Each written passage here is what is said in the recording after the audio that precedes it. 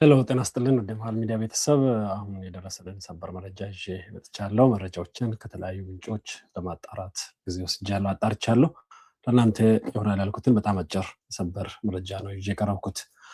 አሁኑ ሰበር መረጃ እንግዲህ ሰሞኑን በጣም በከፍተኛ ውጥረት ውስጥ የነበረው የትግራይና የፌዴራል መንግስት ኃይሎች መካከል በተለይ በትግራይ የቲፒኤልኤፍ ፍኒካች ከፍተኛ የሆነ ዛቻ ሲያዜት ነው የነበረው። ያን ዛቻ ተከትሎ ደግሞ ስብሰባዎችን ሲያደርግ ነበረው። አፈሳዎችን ከጨረሰ በኋላ ወደ ስብሰባዎችን ነው የሄደው። ስብሰባዎችን ሰሞኑን ትናንትና ማጠናቀቁን ጀምሮ ዛሬ ልነጋ አካባቢ ጦርነት በይፋ ጀምሯል።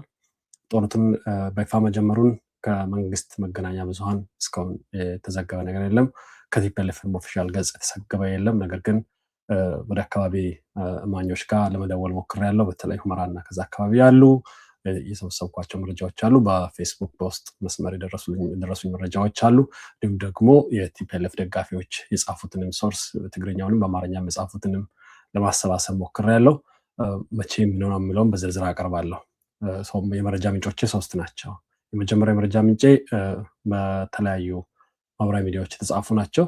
በተለይ በትግራይ ክልል ቲፒኤልኤፍ የሚደግፉም የሚቃወሙም ጽፈዋል። የአንግል ጉዳይ እንጂ ፋክቱ አንድ እንደሆነ ለመረዳት ችያለሁ። እሱን መረጃ መሰረት አድርጌ ወደ አካባቢ ደውያለሁ። ከዓይን እማኞችም መረጃ ለማግኘት ሞክሬያለሁ። እንዲሁም ደግሞ ፈቃደኛ የሆኑ በዚህ አጋጣሚ ማመስገን እፈልጋለሁ። እዛ አካባቢ ያሉ ደግሞ በውስጥ መስመር መረጃውን የበለጠ እውነተኛ እንዲሆን ድጋፍ ያደረጉትን ማመስገን እፈልጋለሁ። እነዚህ መረጃዎችን በወቅቱ ማቅረብ ተገቢ ነው። መጀመሪያ የቲፒኤልኤፍ ሰዎች እንዲህ ብለው ነው ቀድሞ ነው መጮህ የጀመሩት። ይሄ አንዱ የቲፒኤልኤፍ ሚዲያ አይ ቲንክ ምን ሾው ነው ብርሄ ሾው ነው እንደዚህ ብለው ነው የጻፉት። በትግርኛ ነው የተጻፈው። የኢትዮጵያ ሰራዊት ዛሬ ሐምሌ 25 ቀን 2018 ዓ.ም በእግረኛ በመካናይዝድ እና በድሮን የታገዘ ከባድ ጥቃት በሸረሪና በትግራይ ክልል ሰራዊት ላይ ከፍተዋል። በተመሳሳይ በሱዳን ድንበርም በሱዳን ሰራዊት ላይ ጥቃት ከፍተዋል። ይህ በኢትዮጵያ ሰራዊት የተጀመረ ውጊያ ወደ ሌሎች ሁሉ ግንባሮች ሊሸጋገር እንደሚችል መረጃዎች ይጠቁማሉ የሚል ነው። ይሄ ከቲፒኤልኤፍ ደጋፊ ሚዲያዎች የተጻፈ ነው። ከቲፒኤልኤፍ ደጋፊ ያልሆኑ ሚዲያዎች ደግሞ በዚህ መልኩ ጽፈውታል። በተለይ አውራምባ ታይምስ ነው አሁን ኮት ማድረገው። አውራምባ ታይምስ በሸረሪና ከባድ ውጊያ ተቀሰቀሰ ይለናል። አውራምባ ታይምስ ዛሬ ቅዳሜ ከንጋቱ 11 ሰዓት ከ45 ጀምሮ በሸረሪና አካባቢ በኢትዮጵያ ሰራዊትና እዛ አካባቢ በሚንቀሳቀሱ የትግራይ ኃይሎች መካከል ከባድ ውጊያ መቀስቀሱን ምንጮች ጠቅሰው ነግረውኛል ነው እያለ ያለው። አውራምባ ታይምስ ሲቀጥል መረጃውን በዚህ መልኩ ያስነብበናል። ሸረሪና ቀደም ሲል የአርሚ 7 የስምርት ማዕከል የነበረና የአርሚ 7 እግረኛ ወደ ኩምሩክ አቅጣጫ ከተንቀሳቀሰ በኋላ ግን የአርሚ 13 እግረኛ እና የአርሚ 7 መካናይዝድ በካራ የሚንቀሳቀሱበት ስፍራ መሆኑን የገለጹት እነዚህ ምንጮች በዚህ ስፍራ የተቀሰቀሰው የአሁኑ ጦርነት በእግረኛና በመካናይዝድ ጭምር የታገዘ ከባድ ወይም ፉል ስኬል ጦርነት መሆኑን ይጠቅሳሉ።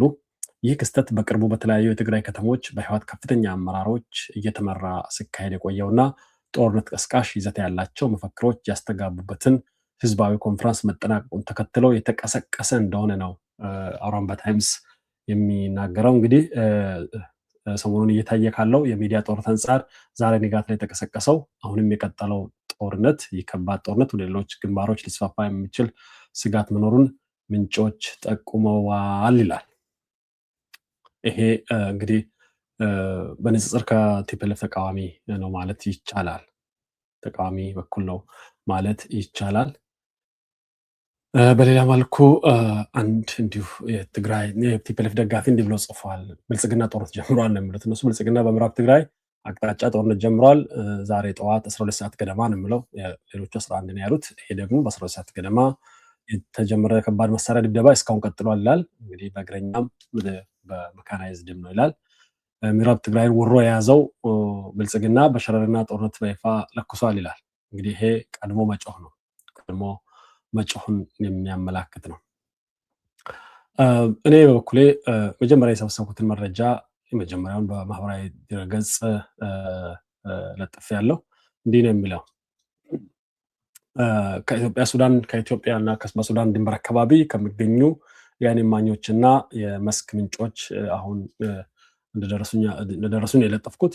የጥቃቱ መነሻ ቦታን በመለከት እኔ ያሰባሰብኳቸው መረጃዎች አካባቢውን በኃይል ለመቆጣጠር አስቦ በሱዳን በኩል የተደራጀ የፈትለወርቅና የደብረ ጽዮን ቡድን እንዲሁም ሳምሪ በመባል የሚታወቀው የታጣቂ ኃይሎች ናቸው ዛሬ ጠዋት በኢትዮጵያ መከላከያ ሰራዊት ላይ ወታደራዊ ጥቃት የከፈቱት። እኔ ባለኝ መረጃ ታጣቂዎቹ ጦርነቱን የጀመሩት በሱዳን ድንበር በኩል በሸረሪናና በወልቃይት ጠገዴ ዞን ቃቢታ ሁመራ ወረዳ ስር በምትተዳደረው የበረሃት ከተማ አቅጣጫ ድንበር ጥሶ በመግባት ነው። ይሄ መረጃ እንደሚያሳየው እዛ ውጊያ አካባቢ ያለውን ነገር ለማጣራት ባደረጉት ጥረት ያገኘሁት በረከት ከተማ እና በሸረሪና አቅጣጫ ጥቃቱን የጀመሩት ከሱዳን ሰርጎ የገቡት ታጣቂዎች ናቸው። አርሚ 70 ላይ የተጨመሩ ማለት ነው። በቀላል መሳሪያዎች ትንኮሳ የከፈቱ ሲሆን ይህን ተከትሎም የኢትዮጵያ መከላከያ ሰራዊት መጠነ ሰፊ የሆነ የአጸፋ እርምጃ መውሰድ መጀመሩን ከስፍራው ለማጣራት ሙከራ አድርጌያለሁ። የአጸፋው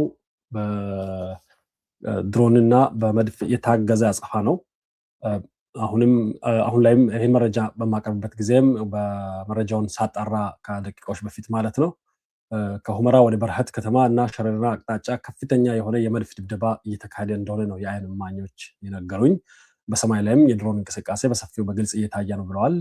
እንዲሁም የከተማ ነዋሪዎች እንደነገሩኝ ከሆነ የከባድ መሳሪያው መድፍ ተኩስ እጅግ ከፍተኛ ከመሆኑ የተነሳ ሩቅ በምትገኘው ሁመራ ከተማም ጭምር ያሉ መኖሪያ ቤቶች በንዝረት ፊል እያደረጉ ነው የሚለው።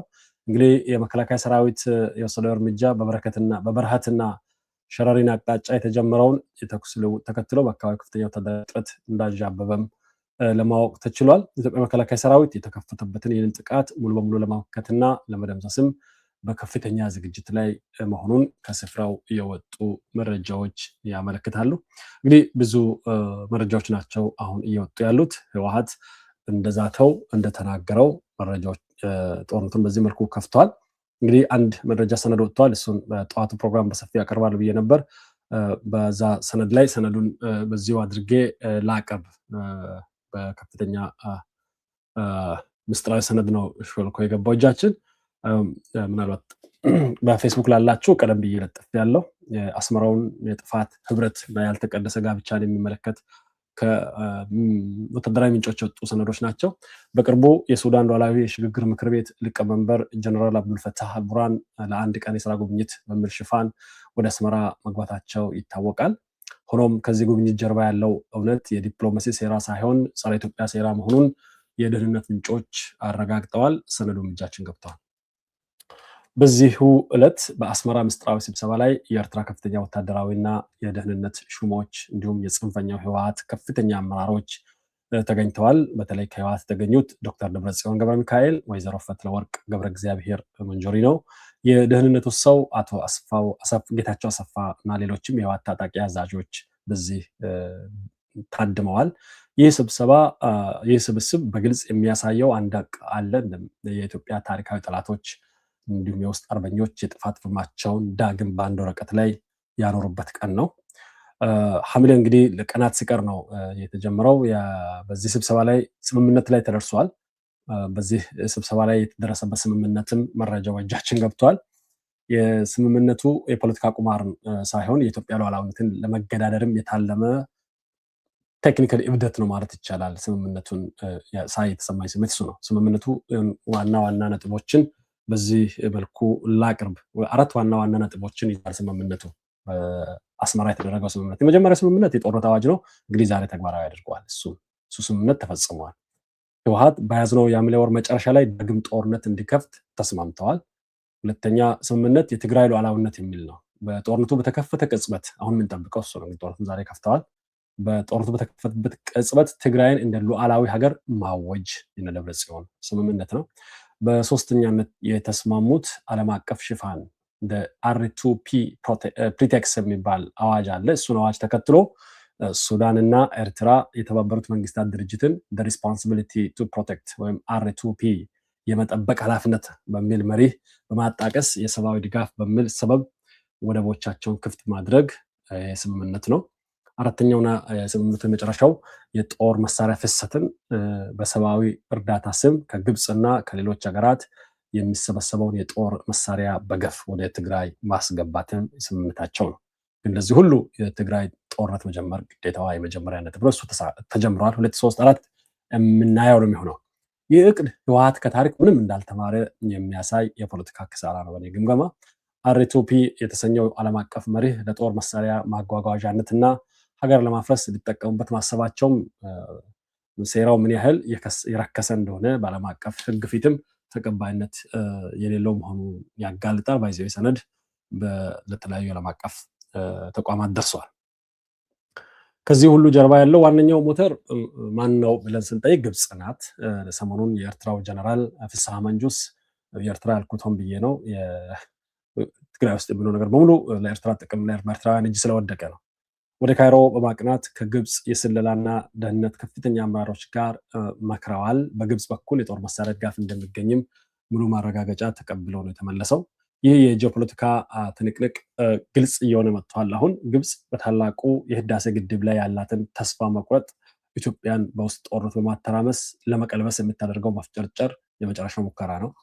አልቡርሃን በሱዳን እያስተናገደ ያለውን ውድቀትና የእርስ በርስ ጦርነት ለማካካስ በኢትዮጵያ ላይ ጦር በማወጅ የግብፅን የገንዘብ እንዲሁም የጦር መሳሪያ ድጋፍ ለማግኘት እየሞከረ ነው። ኤርትራም የራሷን የውስጥ ቀውስ ችግር ወደ ውስጥ ወደ ኢትዮጵያ ወደ ውጭ ወደ ኢትዮጵያ በመግፋት እድሜዋን ለማራዘም እየጣረች መንግስት ልንል እንችላለን። እነዚህ ሶስቱ ኃይሎች ህወሓትን እንደ ተላላኪ ወይም ፕሮክሲ በመጠቀም ነው የኢትዮጵያን ብሔራዊ ደህንነት ለመፈታተን የተሰለፉት ዛሬም ጦርነት የከፈቱት። እንግዲህ ክቡራትና ክቡራን እነዚህ የጸረ ኢትዮጵያ ኃይሎች አንድ የዘነጉት ታላቅ ሀቅ አለ። ኢትዮጵያ ዛሬም ነገም አትደፈርም። ዛሬ የተሰጠው ምላሽ ይህንን ነው የሚመስለው። የኢትዮጵያን የደህንነት መዋቅር ይህንን የአስመራ ስብሰባም ሆነ የካይሮን ምልልስ አስቀድሞ ደርሶበታል። ኢትዮጵያ ጠላቶቿ ሲዶልቱ እንቅልፍ ወስዷት እንደማያቅ ማረጋገጫ ነው ይሄ ሰነድም በእጃችን መግባቱ። በዚህ በተረጋገጠው ምስጢራዊ መረጃ መሰረት በኢትዮጵያ በኩል ለሁሉም ጉዳይ ዝግጅቱ ሙሉ በሙሉ ተጠናቋል። ጠቅላይ ሚኒስትሩ በፓርላማ አጋልጧል። በፊት የኢትዮጵያ መከላከያ ሰራዊት እና የደህንነት ተቋማት ከምን ጊዜውም በላይ በከፍተኛ የተጠንቀቅ ደረጃ ላይ ይገኛሉ። ፈረንጆች ሃይ አለርት የሚሉት ማለት ነው። ለህወሓት እንግዲህ ዳግም ወደ ጦርነት መግባት ማለት የራሱን የህልውና ማብቂያ ማወጅ ማለት እንደሆነ ልናረጋግጥ እንወዳለን። የትግራይ እናቶች ዳግም ልጆቻቸውን ለባንዳዎች የስልጣን ጥማት አሳልፈው እንደማይሰጡ ተረጋግጧል። ለሱዳንና ለኤርትራም ያለን አር2ፒ በሚል ሽፋን የኢትዮጵያን ሉዓላዊነት ለመጣስና መሳሪያ ለማስገባት የሚደረገው ማንኛውንም ሙከራ ኢትዮጵያ አጸፋዊ ፈጣንና ቀጠና የሚያናውጥ ወታደራዊ ምላሽ ይጋብዛል። ለዚህ መዘጋጀታቸውን ማረጋገጥ አለባቸው። የኢትዮጵያ ድንበር የእሳት ቀጠና መሆኑን ሊያውቁት እንደሚገባ ለመግለጽ እንወዳለን። ለሁሉም አለቃ ለሆነችው ለግብፅም የውክልና ጦርነትሽ ኢትዮጵያ ምድር ላይ ተቀብሮ ይቀራል እንጂ አይሳካም ለማለት እንወዳለን። ፕሮክሲ ዋር ለግብፅ አዲስ አይደለም፣ ተሳክቶላት ግን አያውቅም። በመጨረሻ ይህ ሴራ የጸረ ኢትዮጵያ ኃይሎች የመጨረሻ የቀቢጸ ተስፋ ቅዠት ነው። ኢትዮጵያ በዘመናት ውስጥ የውጭ ወራሪዎችንም ሆነ የውስጥ ባንዳዎችን በአንድነት ደምስሳ ታሪኳን አቆይታለች። ዛሬም ታቆያለች።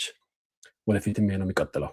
ሉዓላዊነቷ የተጠበቀ ክብሯ ከፍ ያለ እና ጠላቶቿ ያፈሩባት ኢትዮጵያ ብቻ ናት የምትቀጥለው። ይህንን ትላንትም ዛሬም እስከ ወዲያኛውም ልናረጋግጥ እንወዳለን። ውድ የመሃል ሚዲያ ቤተሰብ ለአሁኑ ያዘጋጀሁት አጭር የሰበር መረጃና ከመረጃው ጋር ተያይዞም ለብቻው ሊሰራ ያሰብኩት የወታደራዊ ሰነድ በዚህ መልኩ አቅርብላችኋለሁ። ፕሮግራማችን ለሌሎች እንዲደርስ መረጃው ለሌሎች እንዲደርስ ሼር አድርጉ፣ ሰብስክራይብ አድርጉ። ወቅቱ አስቸጋሪ ከሆኑ አንጻር አዳዲስ መረጃዎች በተለይ የተጣሩ መረጃዎችን በፍጥነት በየጊዜው እየመጣን የምናቀርብ ይሆናል። ደግፉን፣ አግዙን። መልካም ቀን፣ መልካም ምሽት እንደያላችሁበት ሁኔታ